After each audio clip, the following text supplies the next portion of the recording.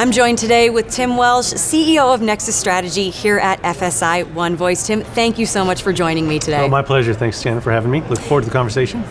Me as well, because I always enjoy talking to you because you always come out with great insights. So let's talk a little bit about what you've heard here at FSI. What stood out to you? Well, this is a broker-dealer conference, and broker-dealers are in a very interesting regulatory environment. So you can imagine the content is pretty heavy towards those topics. I think the interesting thing today was really the SEC's new marketing rule, which is creating quite an opportunity for advisors to use testimonials for the first time. But it's also a lot of confusion around what they can do, what they can't do.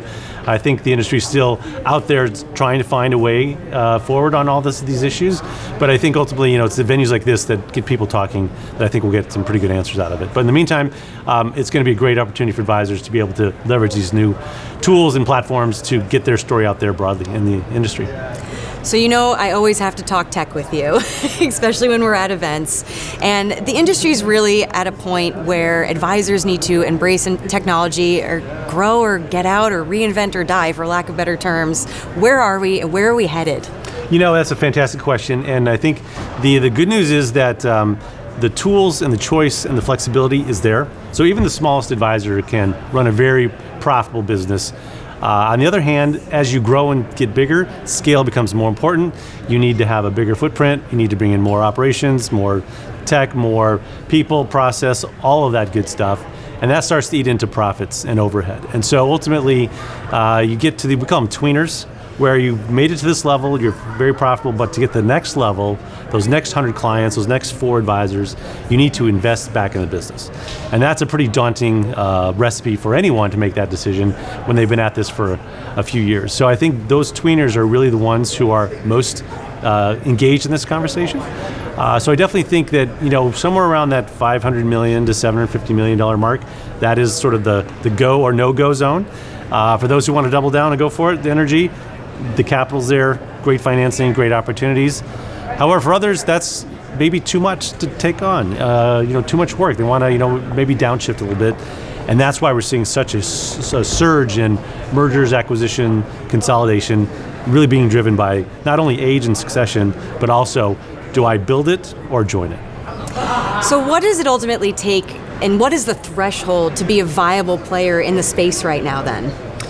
It depends on your definition of success. As I mentioned, the solo advisor who has a fantastic lifestyle, has 20 clients, makes them happy, meets their goals, maybe that is the definition of success. Maybe we should all aspire for that. On the other hand, to really be able to get that scale, to drive it, ultimately we are getting into the billions of dollars of assets under management and a real vision. Now you're thinking about building a brand, being recognized in your marketplace as well as nationally. Obviously, business is not usual anymore. We can work from home. We can have our advisory practice anywhere, which opens up new markets for us. And ultimately that specialty, that niche focus really translates well in an online environment. So I don't want to give you a non-answer here, but what I will say is that it's really more driven by the owner's vision, partnership, who you want to be when you grow up. But in the meantime, all models work. That's the beauty of the independent space. It's fragmented for a reason, and I think it always will be because of that. And you hear a lot in this industry, and advisors have been beaten over the head with it a little bit, that they need to grow and scale. But I've seen a lot of choice paralysis. RIAs are really looking for that Goldilocks solution of not too much, right. Too much. So what is that perfect solution for folks when it comes to tech? I always say go back to the fundamentals. Like, who are you as a practice? Which clients are you serving best? Who are your A clients? Make a list of those. What's common to them? And say, okay, let's get more like them. Let's not have the 80-20 rule. Let's have the 20-80 rule so we can really focus in on that niche and really perfect our practice, perfect our pitch, perfect our content, perfect our approach to financial and wealth planning. And that becomes the core focus there. So if you can get more of those clients and less of the other ones who maybe are not perfect for your fit, that requires a lot of guts to perhaps fire a client. Nobody wants to do that. But that's really where they have to kind of be in that zone. But the good news is on the technology side, we've got small, medium, large, extra large, and super. You can get any system you want. So I don't think there really is that threshold that you need to get to. The good news is that tech is evolving, choice is here. It really comes down to who you are as a business person, who you want to be, and how you want to serve your clients.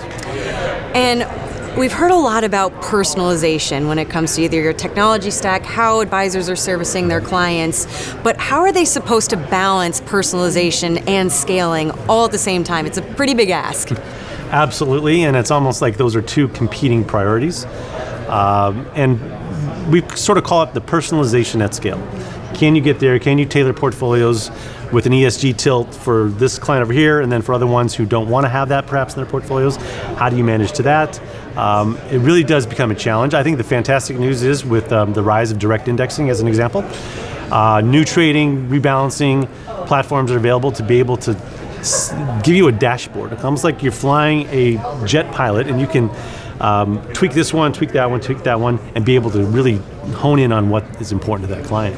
There are also other ways to think of risk as not just a volatility measure, but also will I run out of the resources when I need them the most? That's a very different definition of risk versus you could lose 20% of your portfolio. Maybe that's okay because I'm a risk taking person, but for those who are in that retirement zone, maybe they can't do that. So that, I think, really focuses the client and the advisor on the right conversation to have. How do I personalize this so it makes sense, it fits you, and I can do it, to your point, at scale with tools and technology? And I think the good news is absolutely those are out there. There are innovations every day because it's driven by a big trend like direct indexing, which will have that sort of waterfall effect on other platforms as well. Well, Tim, it is always a pleasure talking with you. Thank you so much for your time today. My pleasure, Shannon. Thanks so much for having me. For Advisorpedia and Flyer Financial Technologies, I'm Shannon Rossick.